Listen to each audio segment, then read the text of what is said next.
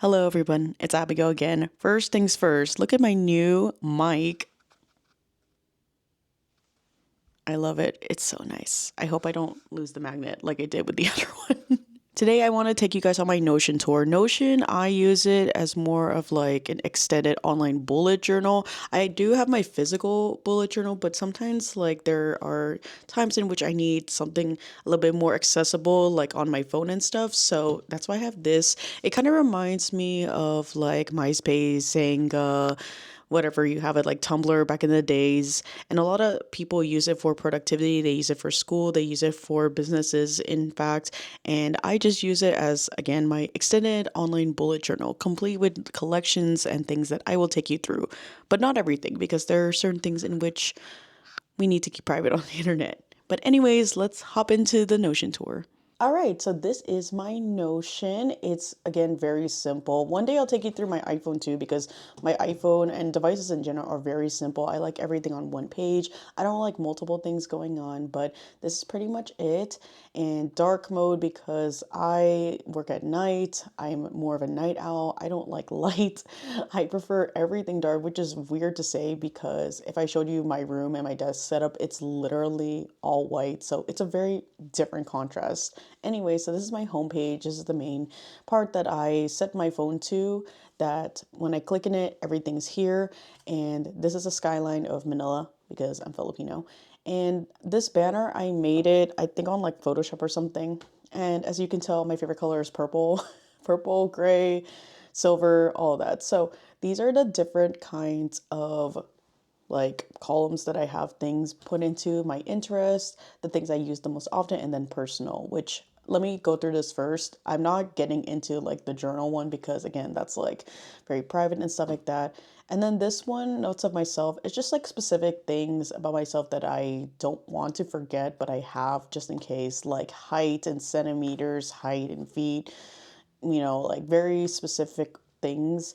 And we're not going to get into that. So we're just going to close that one up. I made that into like a toggle situation, as which I do with the rest of my stuff. As you can tell, I have some of my Instagram photos. So this is me on my 30th birthday. This one, the often one, me in New York because I go to New York every year.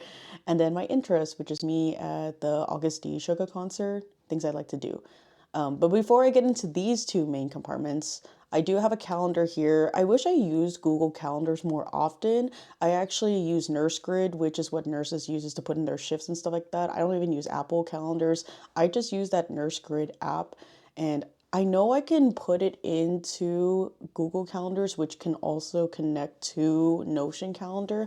But the problem is like there are times where like if I had to put a new schedule, if I have to put new updates to like certain days that I can't work, it doesn't update. Like I feel like NurseGrid, it imports only what you have in the moment, so it doesn't like update itself. Like you have to keep importing like a new version of the calendar, so that's kind of annoying. But if I used Google Calendar, I would probably use it for this because it would be so much more convenient. But I have this just in case, like if I am working on Notion and my calendar just happens to be here, it just gives me like a good clear view. But anyways, let's get into the columns and the collections. So in bullet journaling, we have collections, which is like different kinds of things that like you're interested to and you put in your bullet journal. And I don't really put that in my bullet journal anymore. It's very simple and I'll take you on like a bullet journal tour one day, but I keep most of the collections here because I noticed in my bullet journaling that I would keep putting the same things in every single bullet journal and it was kind of repetitive and I didn't like it. But at least here on Notion or on like an online database, it kind of has like a permanent spot and I can upload it anytime. I don't have to like rewrite it. I don't have to do anything like that. So it's just nice to have it all here. And so that's kind of why I have it. And speaking of doing like hybrid, like online journaling and physical journaling, I use mainly my physical journal for like the calendar and also like junk journaling, which is kind of like scrapbooking, and then also like daily devotionals. So that's what I mainly use that for. But here is mainly like the online stuff that I need to like keep track of. So that's why I have like I do two things at the same time. And I visit this page like frequently, multiple times a day. It I don't know, it just gives me so much joy to like go into this because I made it look really nice for me. So I really like that. Oh, I forgot to mention before we jump into the main compartments here. I have this status bar, as I like to call it. So this is the month. So we're in the month of what, September. So we're 77% done with the month of September. And then in terms of the year, we're 73% done. So we're almost done. I think I calculated we're about like 16-ish weeks away from the end of the year or something like that. It's definitely less than 20, but years going by very fast. Anyways, let's get into the important stuff, the things that you all want to see, right? So we're gonna go through all the interests here, and then we'll go through the often ones, but some of them we won't because they got some like personal things there that I can't really show, but I'll like explain. Well, I'll probably blur it out or something like that. But anyways, let's go. So the first one is the completed K-dramas. If you don't know me, I watch K-dramas. I love K-dramas so much. I haven't watched one in a very long time, but this is my K-drama page. This cover page. I have a cover page for every single page that I have. This one is Stop Watching Korean Dramas Already, Mom. This is from Strong Woman Da Bongsu, I think, because I thought that was really funny, so I have that. And I also have an icon for every single page I have. Anyways, this is the completed K-drama ones. So the way I did it, I don't know why it's not appearing now, but they're supposed to have all of the banners because that's what I set them to, but I don't know why they have it. But that's why I have it automatic on gallery mode so I can look at all of them nicely, but I don't know why they're appearing. Maybe they're shy because you guys are watching. But anyways, so if you switch to table version, they have all of the K-dramas and all of the star ratings that I have. So you can see I have watched 34 K-dramas, but the ratings are like, ugh, they're not the best. So I put it up to like 5, obviously, right? So 1, 2, 3, 4, 5. So let's filter and see which ones Abigail actually really liked. So my 5 out of 5 ones are Business Proposal, My Demon, Pinocchio, which is my favorite one of all time, and Squid Game, of course, and then The Heirs. But let's skip all the way to 1 because that is the most exciting ones. Dream High 2. Dream High 2 obviously wasn't good as Dream High 1. And that's why I put it, because I was like, what is this plot? What is happening, right? Game Development Girls, I feel like it's more like a web drama rather than a proper K-drama, because when I think K-drama, I'm thinking like 16 to 20 episodes or more than that. It was okay. I personally only watched it for Irene from Red Velvet because I love her. And then You're the Best, Lee Soon-shin. So I'm such an IU fan. I love her so much. I've watched almost all of her dramas, but this one was so long. It was like 50 episodes. I was not into it. It was just too much. Like, I did not know where the plot was going. So now back at home, we're going to the second one, which is Concert Tracker. It is my most used one besides content creation on my Notion and finance because, of course, I go to a lot of concerts. So this is my concert tracker, and I have the photo that I took at Suga's concert with my little army bomb, my light stick, and it looked really cool. So that's my little banner, and I have a little mic as the icon. And this is only for physically attended concerts, so I don't count like online ones. Like, for example, if I watch Lollapalooza, Coachella online, like that doesn't count. I'm not physically there, so we don't count those. So I have 2 tables. I have upcoming and completed, and they're all pretty much the same like format. I have them in table and gallery. So this is what the K-drama one was supposed to look like that I was telling you guys about. Like, see how they have all the posters? It's so cool. Like, just to look at them, it looks so cool. Like, if I could make a collage, this would be it. Like, of all the concerts I have been to in my entire lifetime, like, come on. Like, it just keeps going. It's just so pretty. Like, look at that. Like, man, that's so cool. So the way I made my tables, I have it by status, which if you can see, I click that and then I can click one of these. So canceled, idea, booked, complete, and postponed.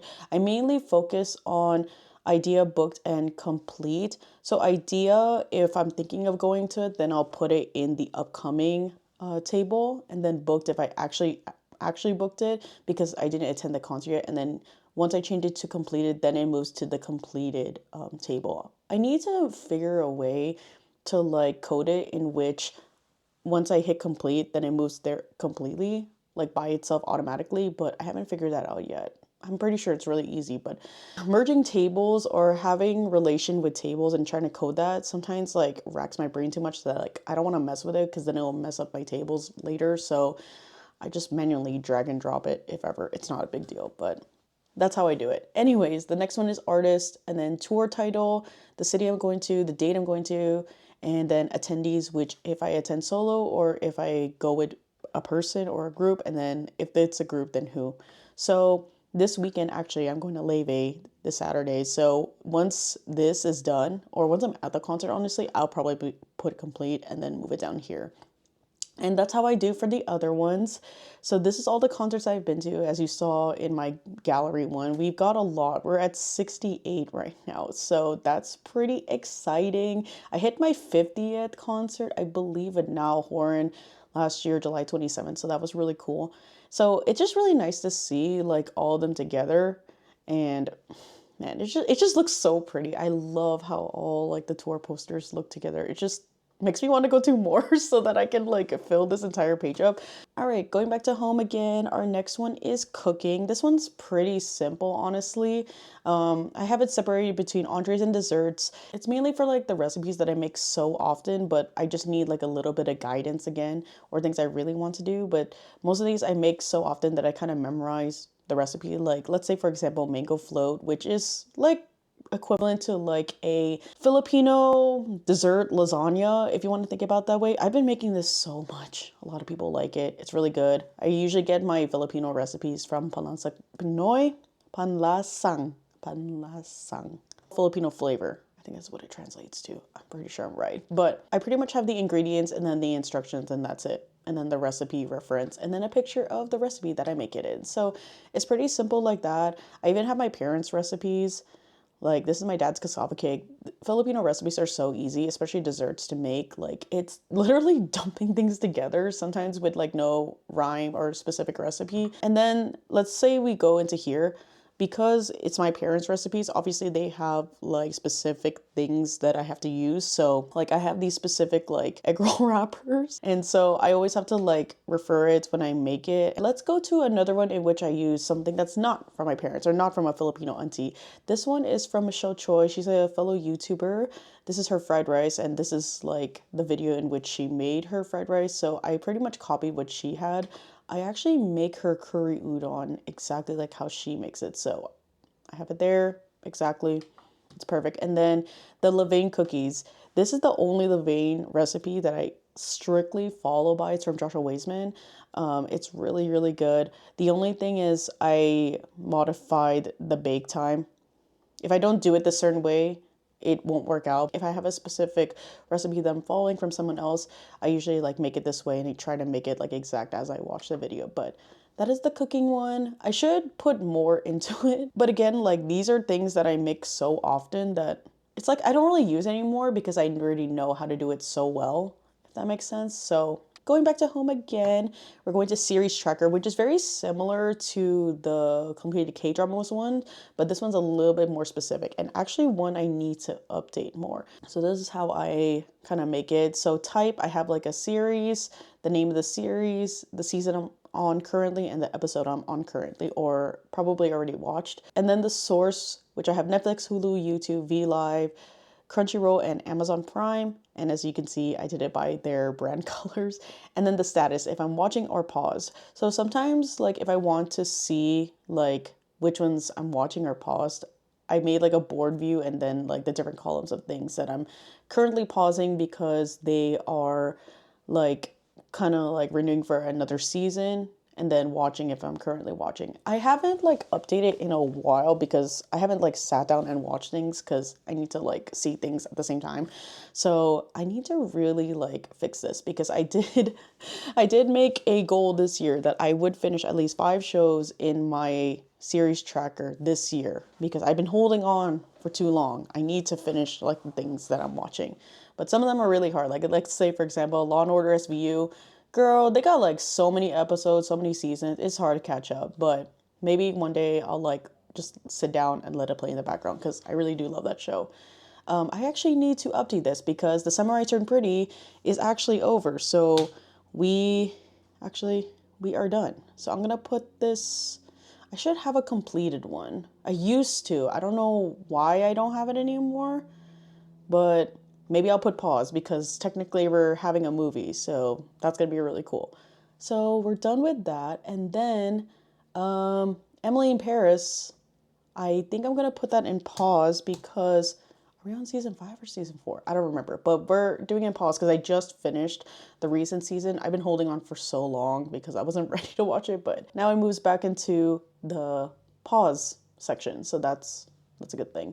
But I do need to finish the rest of these shows. Some of these are just one-offs, as in like they didn't get renewed for another season, so it should be easy, but sitting down and watching something is a lot of work. All right, let's go back to home again. The last one in the interest series is my travel section.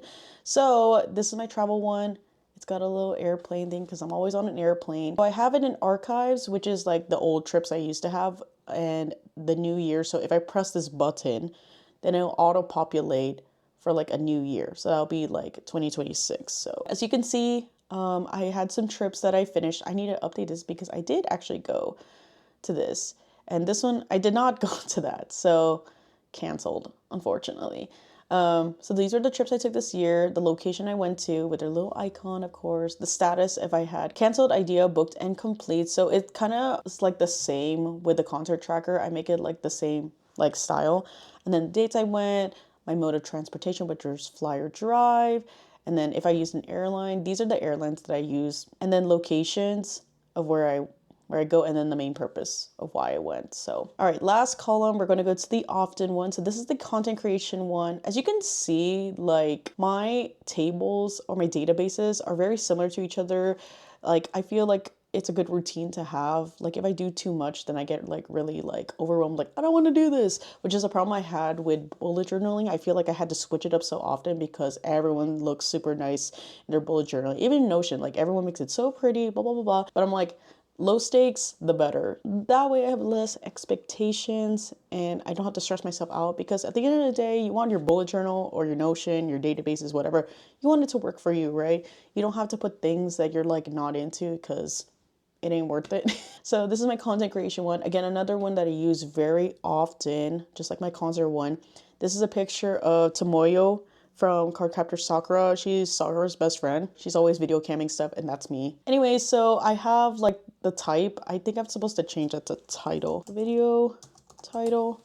And then the status, if I am drafting it, let's say I'm like planning it out. So I have that, and then complete, uploaded, and editing. And then the premiere date. So I've been very, very proud of myself because I have been consistently uploading for the past 5 or 6 months since like April. So that's really cool. I hope to make it all the way to April next year. So this is kind of helping me like plan in advance, which is really cool. I'm trying not to scroll too far ahead because I do not want you guys to see like the things that I'm planning to do, but these are all the ones that I've done this year and then a little bit of last year. So I got a lot of exciting stuff for you guys. Really excited for you to see it. All right, going back to home, the next one is devotional.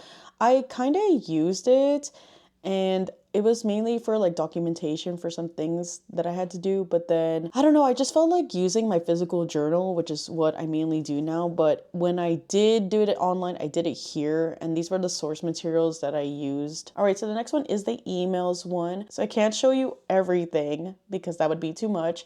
But I have it set up where each of these columns are a different email that I have. Yes, I have 5 emails, and that's the problem. The goal of this was to pretty much make sure what email had what account and then move those all to like a primary email because I'm really tired of going through 5 emails and I want to delete some, but I can't. So that's like my biggest problem right now. And so I had a list of the websites that I need to change stuff in and then where it is, like which email it actually belongs to right now. This column here is if I terminated the account, so it has a pending, not applicable, or yes. And then if I changed it to the primary email that I wanted to go to. So some of them are not applicable and then pending. If I could code something, I would totally make that. I talked to coding friends before and I wish that they could do that for me because that would be so helpful. So the next one is my finance one. And I obviously cannot show you like super in depth of it because that's very sensitive topic talking about money, but it's a very exciting one because I use this so often and I kind of made it like really, really cool. So I have like little reminders for myself that you guys can't see, but it's very important to me for always like looking at and the reason why I need to stay on top of my finances. And then I have a payoff goal one and then a save up goal. There is one I use very often. It's called the snowball method. If you guys have ever heard of that, it helps with debt. So it's either like you tackle like the small snowball up to the biggest snowball or the biggest snowball to the lowest one. I use the method of tackling the smaller ones first and then the bigger ones later. So we're kind of getting into that. We're doing our best. I think I can show you, but I'll just black out certain things. So let's say, for example, I use like Afterpay or something. So I have Afterpay, and then this one is the due date monthly, which Afterpay does not have that. It literally is like one of those apps that you pay in for and with no interest rate, and then it pays on like a certain date, like every couple of days or something like that, or every month.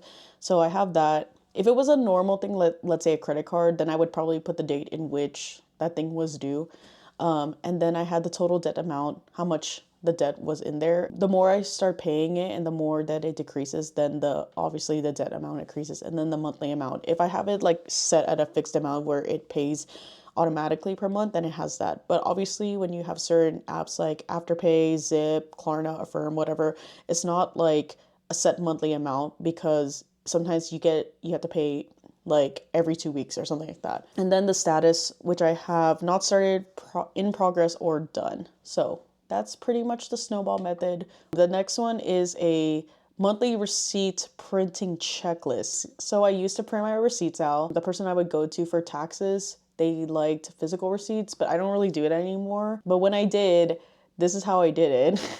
It pretty much follows the same format in all of my stuff. I have a key, first of all, canceled, notes, pending, or active. I think having icons are very important. So it helps me like keep track of stuff. Again, obviously, I haven't been doing this because I don't need to do this anymore, but I just like having it just in case I have to end up doing it, but I never even used it. But these are the things that I used to use it for and print every month or so often, to the point where I had like this big folio file of like stuff. So 2023, this is what it looked like.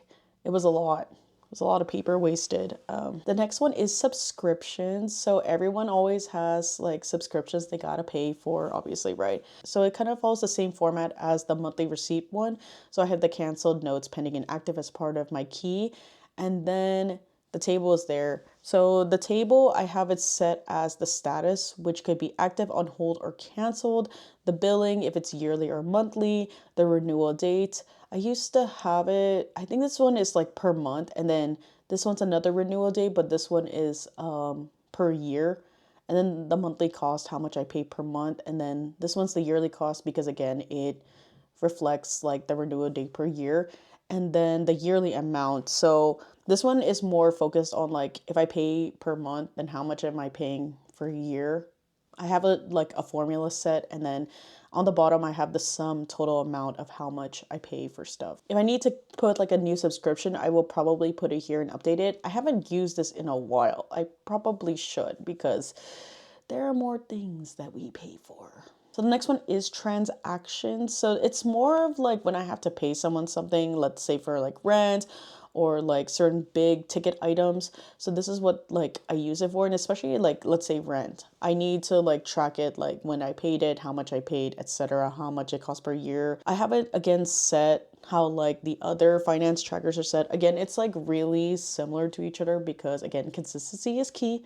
So I had the recipient, the purpose of why I'm paying this money, how much is it, the total amount, and then how much I paid right now, and then how much I owe, the method in which I pay, which is cash, Venmo, Apple Pay, or Zelle, and then the frequency, if it's like a full payment, half payment, payment at thirds, payment at fourths, or monthly rent. And then the status, which I have refunded, not started, progress, or done. And then in the bottom of the total amounts, the amount paid and the amount owed, I have the like sum of it all, like how much do I have to pay. Sometimes I'll put a little caution thing, just like it's an extra note to remind me like at this certain point this certain thing happened and that's why this changed. So it's something for me to keep track of, because sometimes I get like confused, like, oh, how much is this again? So I do that for like all my stuff, like it's like a universal thing. Okay, that was really stressful to like show you guys, but it's all blacked out, so it's fine, right? The last one is a impulse purchase tracker. This is a new thing that I started that I need to put more of. It was really hard because I pretty much wanted something to help me out when it comes to shopping, because I am such an impulse buyer. It's insane. So to stop that, I made this tracker so that if I wanted that certain thing, if I press this button, then it will log the impulse and it will increase the amount. And if I push it so much, maybe I won't want it as much, or maybe it'll help me wait longer and maybe rethink if I actually want it or not. I don't know. It's something like a little fidget thing. You know, when you have like a little fidget like thing. This is my little fidget keys. It's kind of like something that like satiates me, because again, when I shop really hard, and that's a problem that I need to solve. So this impulse tracker thing was made for that. And it has like a little suspicious face because it's like, are you sure you want to buy that thing? Are you sure? Are you sure?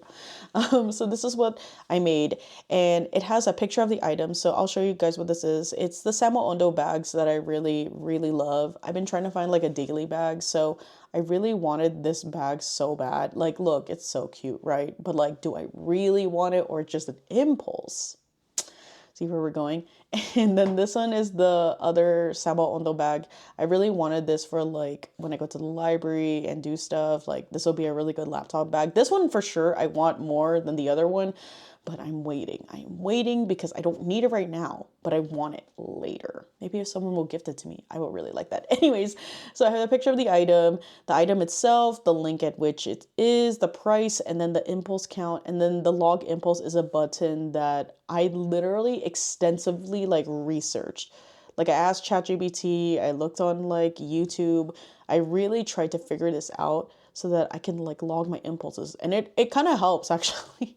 So it's really nice. And then this thing that you see on the top here, which is the log impulse logs page, it pretty much categorizes this. Like, every time I press this button, it'll actually go here. So when we open this page, it shows like when I press the button, which is really cool actually. I wish there was a way for me to hide this so I couldn't see it, but it's fine. It was really a lot of like research and a lot of like things that I have to code and things that I need to make relationships in. Because when you have a database and you want to do something like this, you have to like create like two databases and then make a relationship between them, and then that's how they work. It's like really complicated, honestly, but if you're used to Notion and coding, I think this is like a really simple thing. But I need to update this because I impulse buy again so much, and I need to fix this. So it's been really, really helpful. And then the end of this page, it's actually like a calendar, but I didn't make a calendar. I just made like a table with all days of the month, and it shows me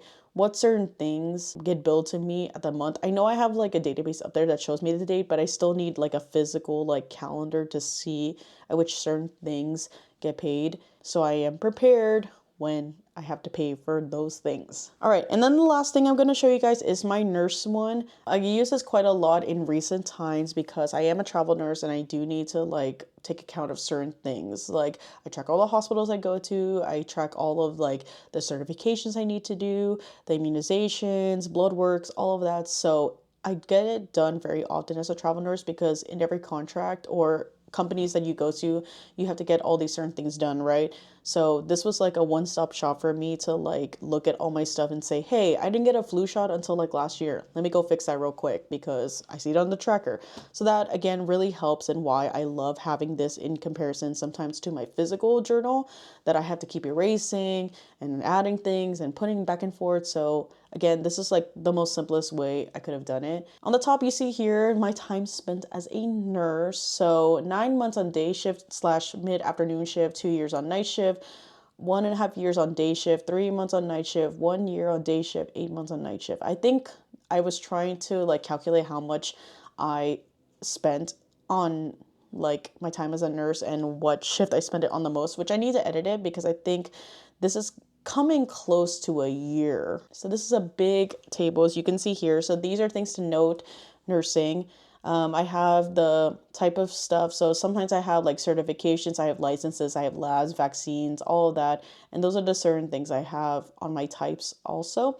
And then frequency, how often I should do like these certain things. And then renew date, like the date I actually did it, and the expiration date. So it gives me like a clear cut idea on which I need to do certain things. I just did a bunch of stuff recently because I just started a new contract this month. So this was very helpful, and I really needed this because I had a lot of like immunizations I need to do, and I was like, I swear I've done these in like the past 5 years. Like, there's no way you guys have records for this. So now that I have this database, now I don't have to be worried. And now for my probably most controversial one is my hospital rankings. So I did this because I wanted to keep track of all the hospitals I've worked in my lifetime. I think that's really cool.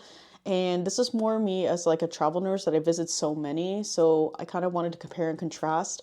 Obviously, I can't show you what the names of these hospitals are, where they're at, the comments, and then the dates, because I think you could probably tell where I've been.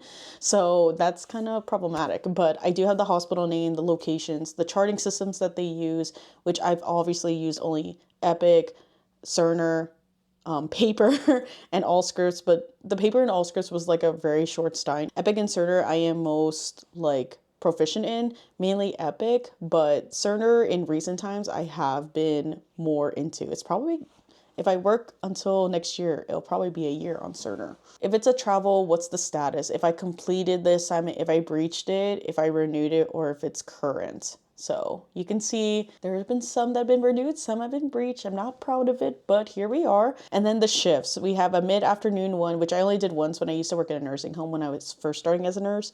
And then days and nights. And as you can see, like on the top thing that I had before, I was trying to track how long I've been on each shift just to see how much. I think at this point, I feel like I've been on nights much longer. And then the dates at which I worked. This is more of like if I have to do like my resume and update my resume, this is where I would probably do it. And then I had the position, so full-time, per diem, part-time, and travel, which obviously, as you guys can see, I've been doing travel so much.